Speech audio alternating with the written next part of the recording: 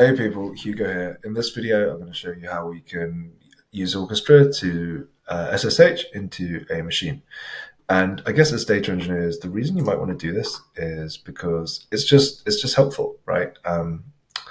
If you have a server that you already have, and this could be on the internet, it could be hosted in AWS, it could be on premises, it could even be your local laptop, but obviously you shouldn't open your local laptop to the world.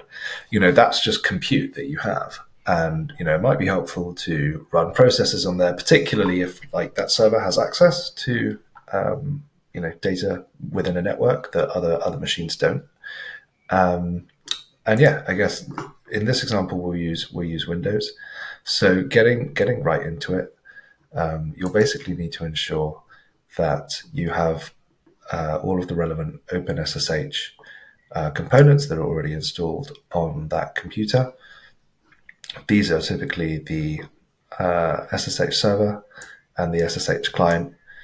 The SSH server is something that is sort of listening to the internet, so that anybody with the sort of right credentials can come in.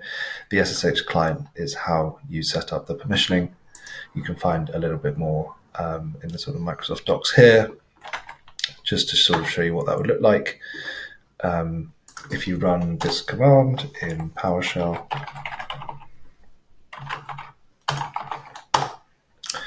we can see that the SSH server on my local laptop is stopped. And if you wanted to start it, you would run something like this. So essentially, the computer you're going into should ensure that is running. And then once you've done that, it's really easy to get set up in Orchestra. So head over to integrations, new connection, type in SSH. You can see we have Linux and Windows. I'll just go to one I made earlier.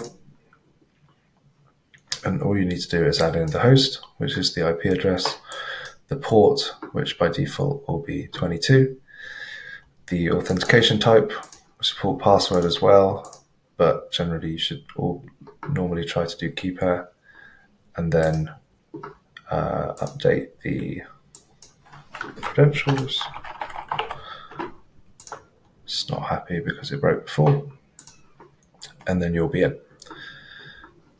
After that, it's just a question of adding the Windows SSH to a pipeline. So for that, we can create a new pipeline and select SSH. And then all you need to do is run something that would run in PowerShell, I guess, or command prompt if it's Windows, and or Bash if it's Linux. So I can say something like echo hello. And then we could also maybe change directory.